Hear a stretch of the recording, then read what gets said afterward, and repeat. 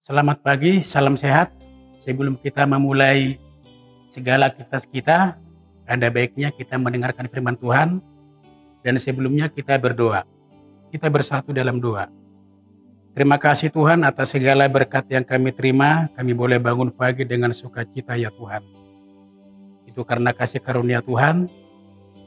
Dan sebelum kami mau memulai segala aktivitas kami, biarlah kami boleh mendengarkan sebagian dari firman-Mu. Biarlah itu menjadi landasan untuk melakukan aktivitas kami sepanjang hari ini. Berkatilah kami, ya Tuhan. Urapi kami boleh mendengarkan, kami boleh memahami, dan kami boleh melakukan aktivitas kami sepanjang hari ini sesuai dengan kehendak-Mu. Biarlah nama Tuhan yang dipermuliakan. Berfirmanlah Tuhan, karena kami anak-Mu siap untuk mendengarkan. Hanya di dalam nama anak-Mu Tuhan Yesus kami berdoa dan mengucap syukur. Haleluya. Amin. Firman Tuhan untuk kita pada pagi hari ini diambil dari kitab Yohanes pasal 3 ayat yang ke-35. Demikian bunyinya. Bapa mengasihi anak dan telah menyerahkan segala sesuatu kepadanya. Kami ulangi. Bapa mengasihi anak dan telah menyerahkan segala sesuatu kepadanya. Demikian firman Tuhan. Bapak dan Ibu, saudara-saudari yang terkasih, firman Tuhan untuk kita pada hari ini menggambarkan bagaimana hubungan anak dengan Bapak. Yaitu Bapak mengasihi anak dan anak itu menjadi ahli waris. Sehingga Bapak itu menyerahkan segala sesuatu kepada anaknya. Kita juga sebagai umat yang percaya kepada Tuhan Yesus, kita juga adalah disebut anak-anak Tuhan. Firman Tuhan di 2 Korintus 6 ayat 18 dikatakan, dan aku akan menjadi bapamu, dan kamu akan menjadi anak-anakku laki-laki dan anak-anakku perempuan. Demikian firman Tuhan yang Maha Kuasa. Bapak, Ibu, dan saudara-saudari yang terkasih dalam nama Tuhan Yesus, Tuhan Yesus sebagai anak oleh Bapa,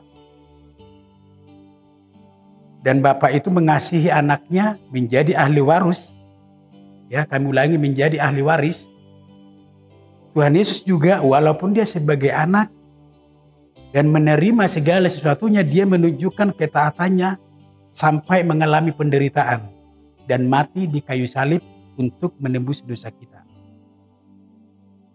Pertanyaannya adalah bagaimana dengan kita yang disebut anak Tuhan? Dan Tuhan Yesus sebagai Bapa kita.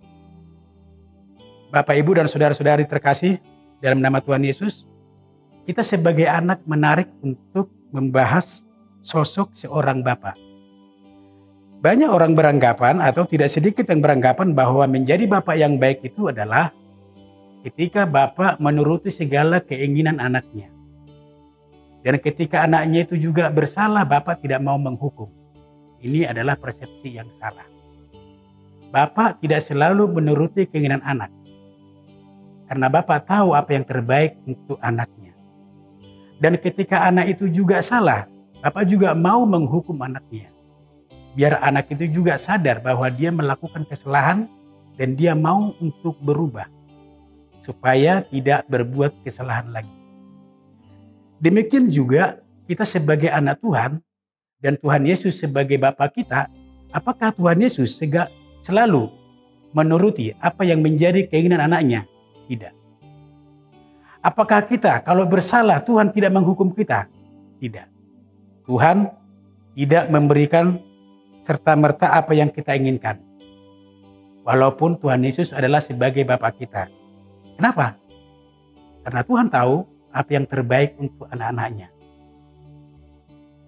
Ketika kita sebagai anak Tuhan, walaupun kita disebut sebagai anak Tuhan,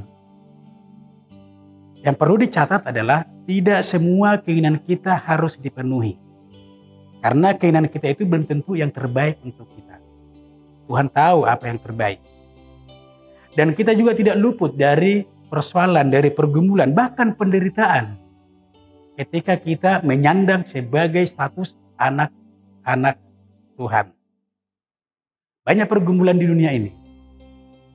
Yang kita lakukan adalah kita tetap setia kepada Tuhan Yesus. Ya, yang menolong kita, percayalah, setiap pergumulan, setiap penderitaan, apapun yang kita alami, Tuhan pasti menolong kita, Tuhan pasti menguatkan kita, sehingga kita bisa menghadapi segala pergumulan, segala penderitaan, masalah apapun itu kita bisa hadapi hanya dengan pertolongan Tuhan.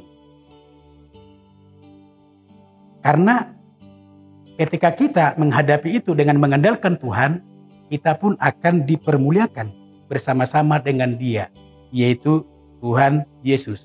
Karena itulah janji Tuhan pada kita sebagai anak Tuhan. Kenapa dikatakan itu janji Tuhan?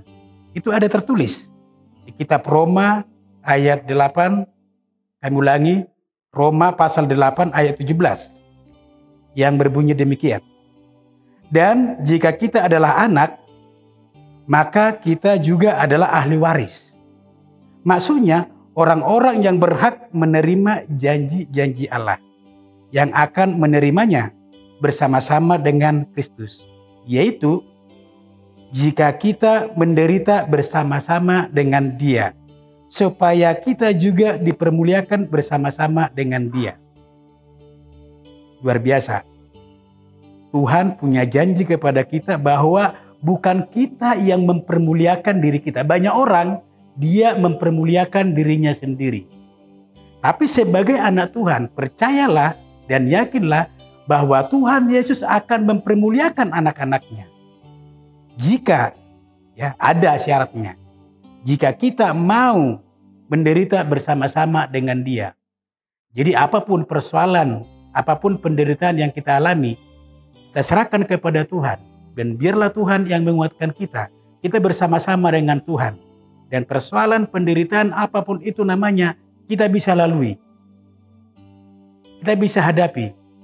Kita bisa selesaikan segala masalah itu dengan mengandalkan Tuhan. Dan kita akan dipermuliakan bersama-sama dengan Dia.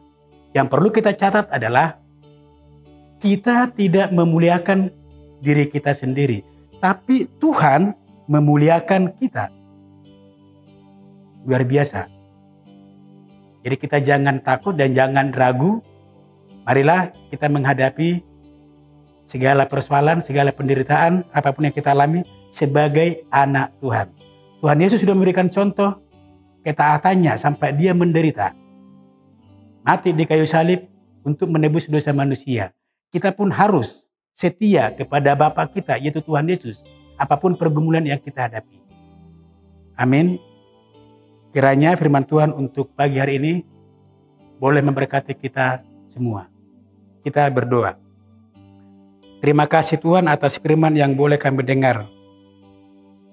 Tuhan ingatkan kami, sekalipun banyak masalah, banyak penderitaan apapun yang kami alami, Tuhan tidak meninggalkan kami, dan Tuhan selalu memberikan kekuatan kepada kami.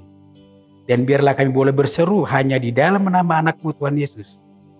Sehingga kami boleh kuat menghadapi dan setia taat kepada Tuhan Yesus. Dan kami yakin dan percaya Tuhan akan mempermuliakan anak-anak. Sungguh luar biasa janji Tuhan untuk kami. Biarlah kami boleh mengamini itu ya Tuhan. Dan biarlah boleh kami melakukan segala aktivitas kami hanya untuk memuliakan nama Tuhan. Dan ketika kami lemah, kiranya Tuhan menguatkan kami. Terima kasih ya Tuhan, mohon ampun segala dosa-dosa kami. Ampuni kami saling mengampuni. Biarlah kami layak untuk diberkati oleh Tuhan. Doa yang jauh dari sempurna ini, biarlah Roh Kudus yang menyempurnakan. Hanya di dalam nama anak-Mu Tuhan Yesus, kami berdoa dan mengucap syukur. Haleluya. Amin. Shalom. Terima kasih dan selamat beraktivitas.